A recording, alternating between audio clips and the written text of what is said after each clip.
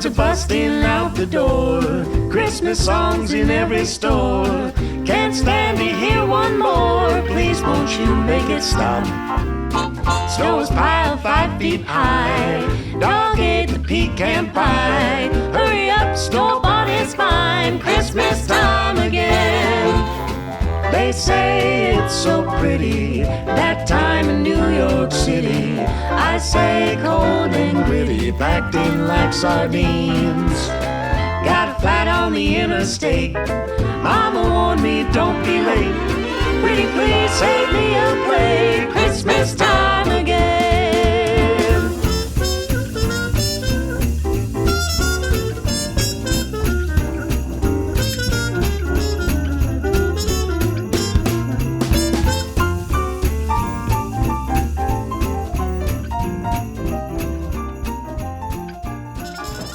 Hi everyone, welcome to my kitchen today. I'm busy doing Christmas things, but today I want to talk about something that I think is really important, and that is navigating the holiday season, specifically the Christmas season that we are in right now, as a single or retired person. Now, typically, mainly ladies watch my videos, but there's guys out there too, and men are just as lonely when they're on their own during the holiday season as women. So I think this video applies to anyone who is in that situation.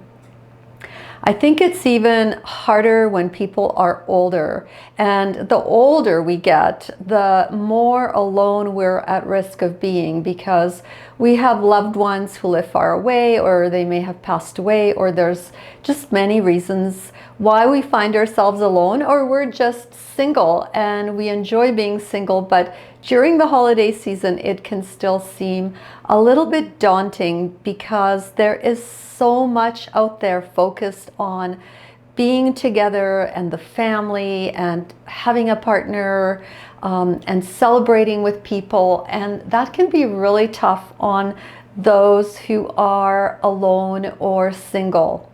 Now, this is definitely not a woe is me kind of video.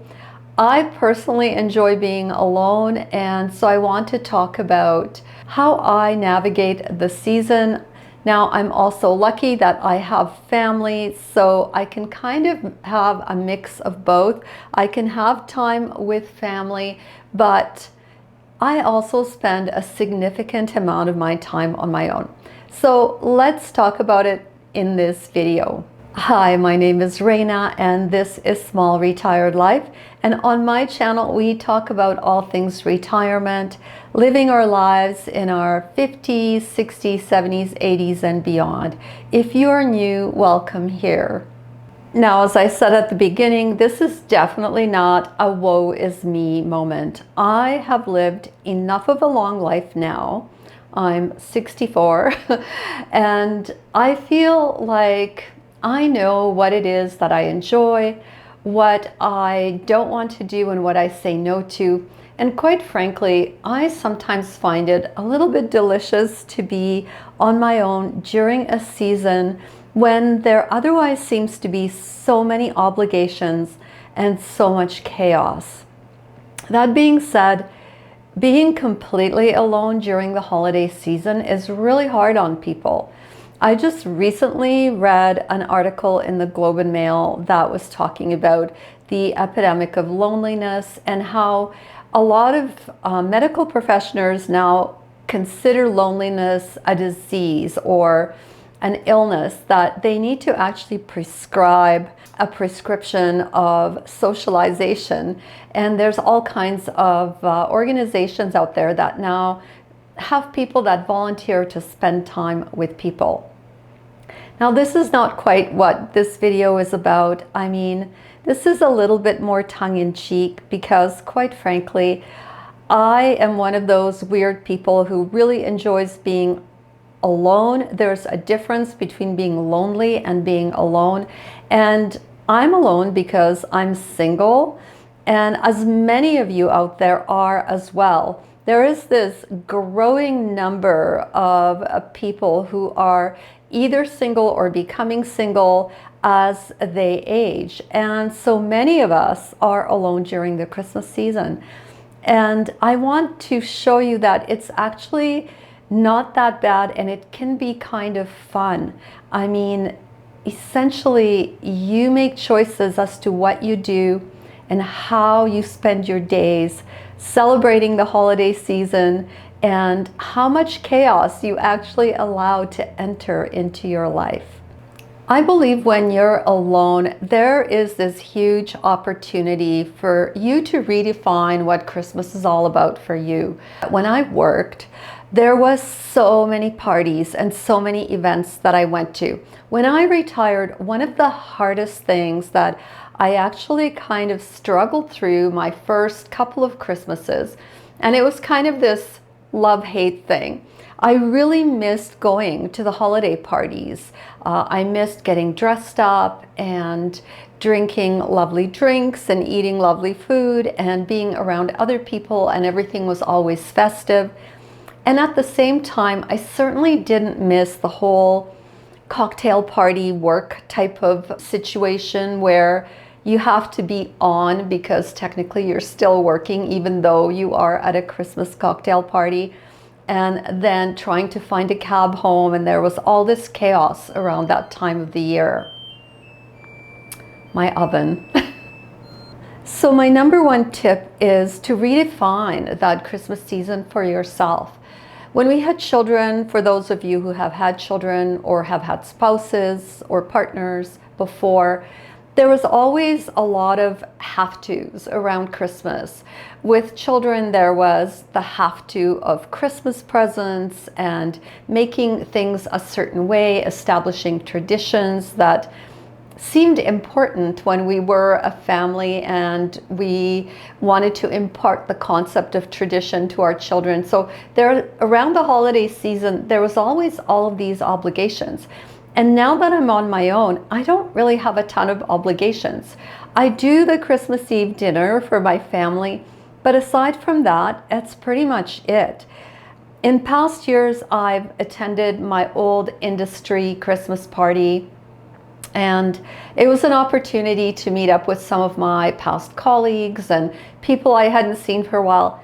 This year, I didn't even go to that. I just don't feel like battling traffic, and it's -20 in Calgary right now.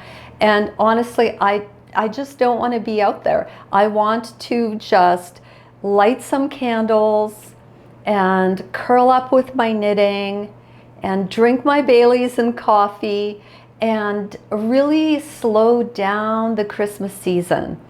I want it to feel super cozy, kind of like almost a nesting thing. Like I have this urge to nest. I don't know if any of you feel that way, but that's how I've kind of redefined my Christmas season in my retirement. Because I do have to be honest, and I sometimes do miss that kind of hustle and bustle and that feeling of festivity that came with going to work things and work cocktail parties and doing the socializing side of it. And then all of a sudden you have this Christmas that's very quiet and there isn't a ton of things to do.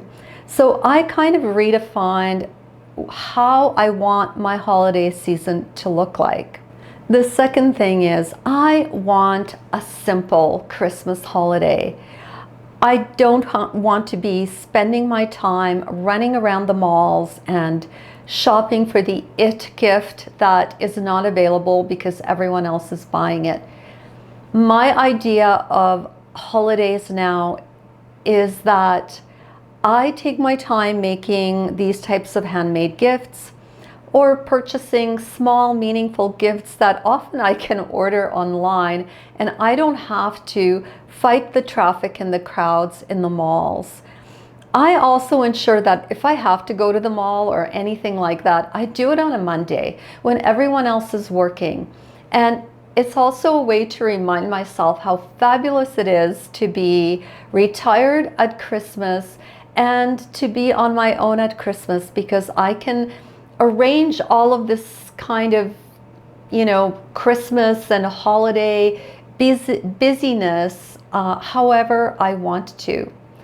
I suit the Christmas season to how I'm feeling and how I want my life to look like. I don't need a house that looks like Santa's workshop. I don't need to bake like 10 kinds of cookies or have everything perfect to impress people that I'm going to be inviting over.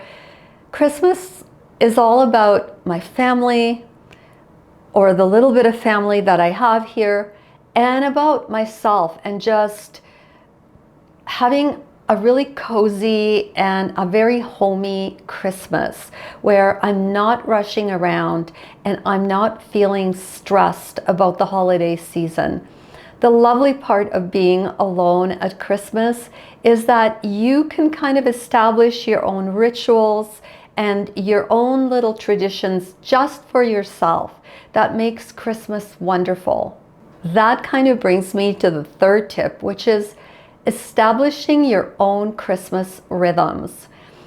Just as we established traditions and things that we did with our children or with our work colleagues when we were working, like I used to go to the same parties every year, and so they kind of became a tradition. They were something that I often looked forward to in a certain way, and I was expecting them to happen during Christmas. When you're retired, you have to kind of shift that. And if you retire alone, it takes even more work because there's almost no reason to have any kind of traditions or any kind of a rhythm because you think, oh, well, I'm just by myself. But I think a lot of times when you don't kind of establish your own rhythms during the holiday season, you can feel more lonely than you need to. I think if you have something that you do every year and that you look forward to every year, it makes it feel less lonely and it allows you to look forward to something. So it could mean scheduling a really nice breakfast somewhere out or a brunch, either with a friend or with you and an iPad. Listen, I have no problem going out somewhere to a coffee shop or to a breakfast place and sitting there with my iPad, eating good food and doing my YouTube work. It is absolutely okay. There are tons of people that do that. Just go to any coffee shop and you will find young people that are hanging out by themselves. They've got their iPad or their computer out and they're doing work, they're having a coffee or whatever. You can do something like that and make it a Christmas thing, go out for a lovely brunch and bring a good book with you on your iPad. When I used to travel to New York, it was really interesting because I remember being in New York and it was actually in wintertime and I was traveling for business and of course I was on my own and I was sitting in this restaurant having food because one has to eat, and one of the servers came up to me and said, "Oh, can I bring you some Christmas magazines to read?" I was absolutely astounded. This typically would not happen, I'm sad to say, in Canada, but in New York, apparently it's very common for people to be eating in a restaurant on their own, and the waiter brought me these lovely, I think it was a Martha Stewart or some kind of a very, Christmassy type of magazine. You can create that for yourself. You can go out, you can still do things and make them fun and make them feel special during Christmas, even if you're on your own. Establish these rhythms. Like I always make granola for people, or I might get tickets to the ballet to go see the Nutcracker. Do something that's very special and don't be afraid to do it on your own. Oftentimes, if you get out on your own, you actually end up meeting people and you end up being able to socialize. There's always people that are out in the lobby having a drink and you can have a conversation and it is not weird. And I'm not even a people person, but I would not hesitate to do that. And let me tell you, I truly am an introvert. Like, I remember my ex-boyfriend giving me a t-shirt for Christmas once, and it had this little man sitting in a tent in the middle of a nowhere. I mean, there was just vast emptiness around the tent that he was in, and underneath it said, "I hate people," because this is, I was introverted. And even being introverted, I am able to go to events or places on my own and meet people. So establish some rhythms. Make your Christmas season special for yourself.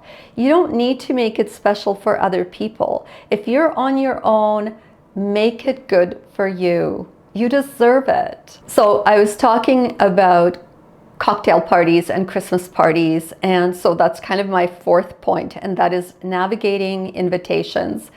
So going to people's homes for parties or for dinners or whatever can sometimes be its own thing when you're single, and especially when you're older, because if I think about it, most people I know are coupled up. They're my age, but there's a husband and a wife, or long-term living partners, and I get invited to things sometimes, and I also get invited to events like I was talking about, that industry party. And I'm pretty picky about where I go and what I do now. This is my life, my retirement, and being single, I don't need to please anyone else. I still go see friends, even if they have partners, of course, because I enjoy being with them.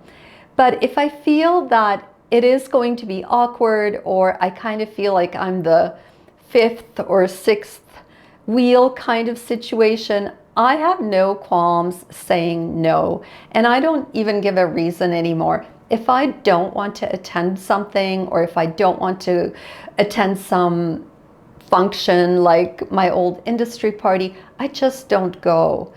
And there are things that I love attending, like I love going to the ballet and different things like that, concerts. But I have a hard time driving at night. I don't know if any of you have this. I can't see driving at night. And I know that's an age-related thing, and it makes me very nervous. And then trying to get an Uber is really expensive because they have these price hikes that go up during peak times. So in the evenings during the holiday season, it's always crazy. And never mind like something like New Year's. There's always someone who says, "Oh, do you want to come over on New Year's?" And I'm kind of like, no. On New Year's, I want to be at home with a glass of champagne, watching the ball drop somewhere. It's always midnight somewhere in the world, and it looks great from the back end of my sofa. Thank you very much. So those are situations that you do kind of find yourself navigating when you're on your own, and don't be afraid to just not go to events that you don't want to go, and go to events that you really enjoy and that give you a lot of pleasure, and where you have people that you really enjoy being with. But I think it's great being on my own, because I don't have to feel guilty. I used to, when I had a partner and I didn't want to do something, like let's say, do some big event at New Year's, I always felt guilty because I just didn't want to go. I wanted to stay home. I mean, I guess I'm a stick in the mud, but that's what I enjoyed. Well, that's the one great thing about being single and being retired, is you can do whatever you want, and it's wonderful. I guess the fifth thing I want to talk about is when you do get those really lonely moments, and I mean they happen. When I go somewhere and I see couples together, or I go to a restaurant or a coffee shop and I see people together and they're chatting, and they're having what looks like to be a close moment, there sometimes is this feeling of, oh, woe is me. I wish I had that.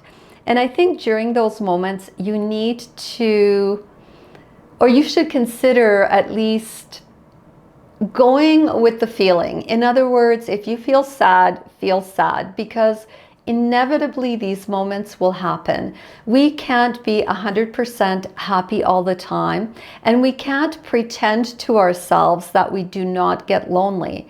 These moments happen.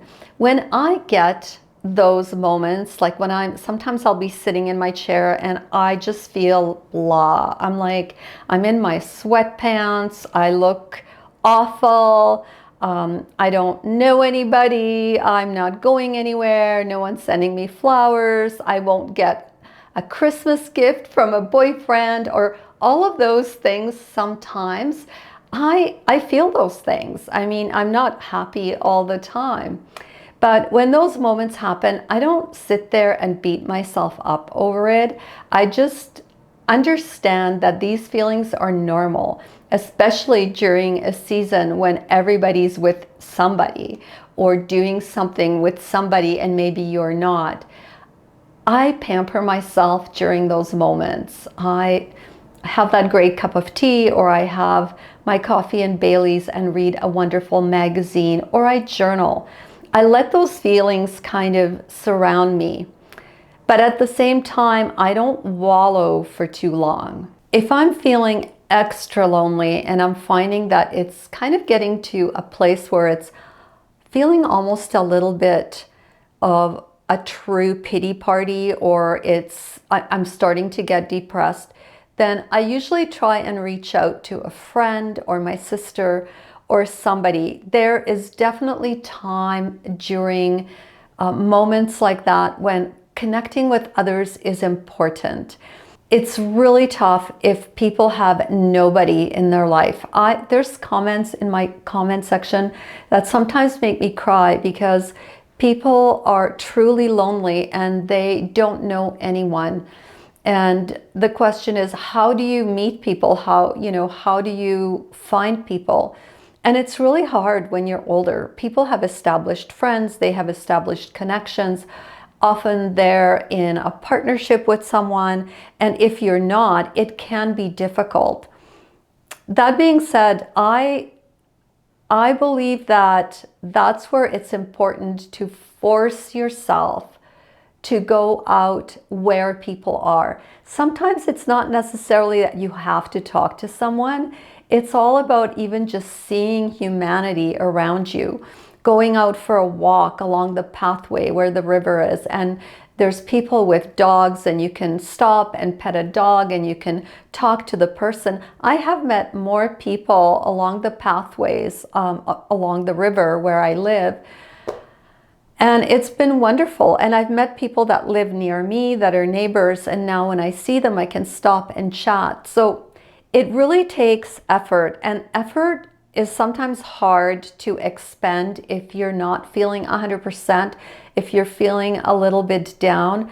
And during the holiday season, it's a well-known fact that people can actually be more depressed and have a more difficult time than even at any other time of the year.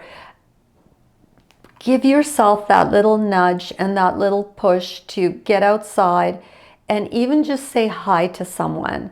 I'm lucky I live in Calgary, because if you say hi to people on the pathway, it's not weird at all. People respond and people are very friendly.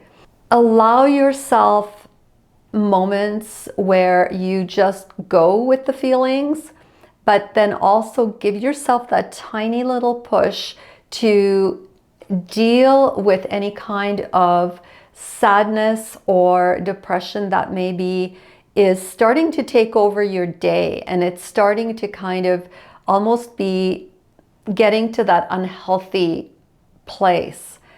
Don't be afraid to reach out to your friends and to have a chat with friends and just connect with somebody. Be gentle with yourself. That's the key thing, because there will definitely be lonely moments. Finally, my goal is to make Christmas meaningful for me, no matter what situation I am in. Whether I am with someone or not with someone, I still want the holiday season to feel special. And so I have all of these little rituals that I talked about. I have my special drink. that I drink that I don't drink at any other time of the year except Christmas. I do a Christmas jigsaw puzzle every year. I don't do puzzles at any other time of the year, but at Christmas, it's my tradition. It's something that I do for myself. I don't need anyone else to help me with it. I make specific types of foods for my family and to give as little gifts. And every time I'm making them, I feel the Christmas spirit. I feel that holiday season. I take time out on the sofa in slobby sweatpants and I don't feel bad about it because nobody cares. I can do whatever I want. And I used to feel guilty about walking around the house in sweatpants, but honestly, I don't. Like, I am in my loungy sweater today, one of the many that I have, and I will do a little sweater tour at some point. And I have sweatpants on. You just don't see them because they're hidden behind the counter. But make Christmas right for you and give yourself a little room and space to have your own traditions, and it does not matter if they're just for you. So friends, this is just a reminder that being alone and single during the holiday season is not necessarily a bad thing and a negative thing. It can be a wonderful thing. It can be a really amazing time to just have time for yourself when everyone else is running around and getting stressed out over the season, and you can just sit back and be cozy in your own little home, doing the things you love and making the season special for yourself. If any of you have any other tips, I would love to see them in the comment section below. I'm not sure yet if I'm going to have a video on the 23rd. I mean, it's the day before my Christmas, so we'll see. I might pop in just for a quick hello and to wish everyone a happy holiday season. Otherwise, hopefully I will see you all next week. If not, then it'll be after Christmas. Bye!